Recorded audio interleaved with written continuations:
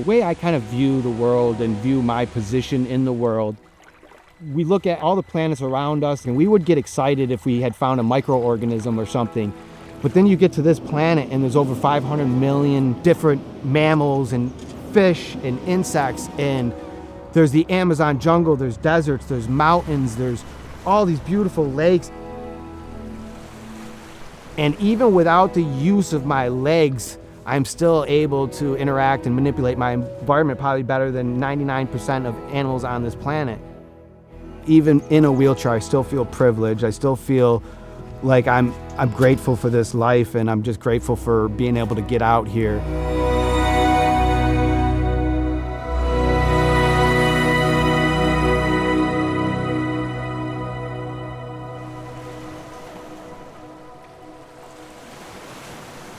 Well, I got into the outdoors.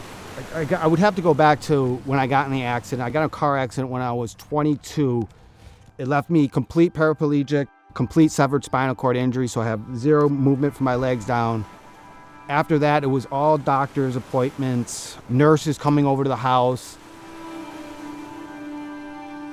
That's kind of when the depression really hit in, maybe when it was like really sank in that maybe I'm paralyzed the rest of my life. Because still then, you're just fresh in the accident. You're like, oh, I'll go here. They don't know. I'll make it work. I'm going to do physical therapy. I'm going to walk again. And then now it's kind of slowly sinking in that like, okay, this is kind of going to be life. Right after I got in the accident, I got into drugs and alcohol bad. I was doing pills because I was getting painkillers from the doctors. And I was at a really bad state of depression, suicidal thoughts, and all of that stuff was coming in. You're just laying there, and I just decided that enough was enough.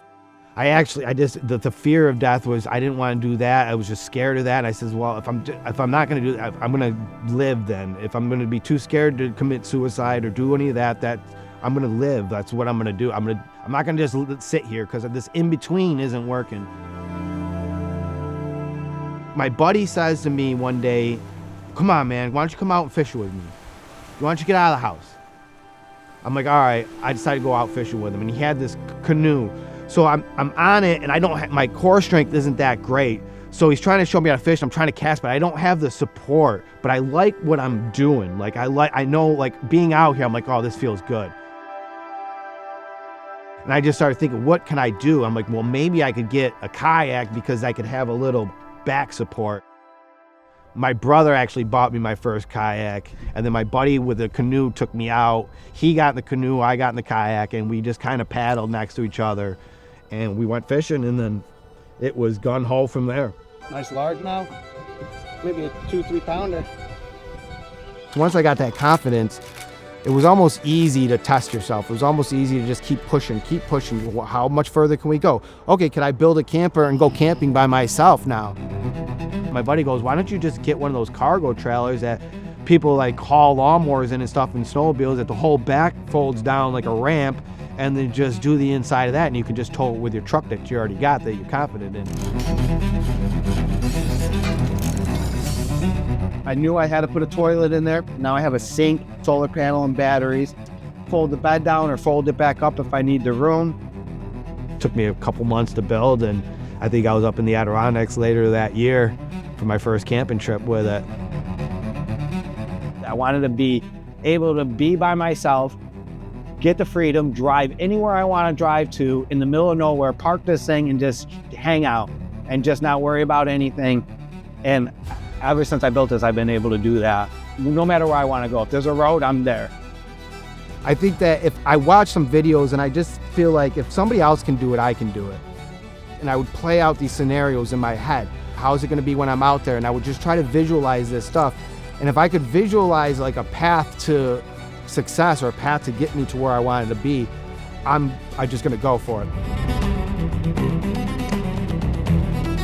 When I first got in this accident, I looked at myself kind of like a monster. My legs were very atrophied. They're very skinny.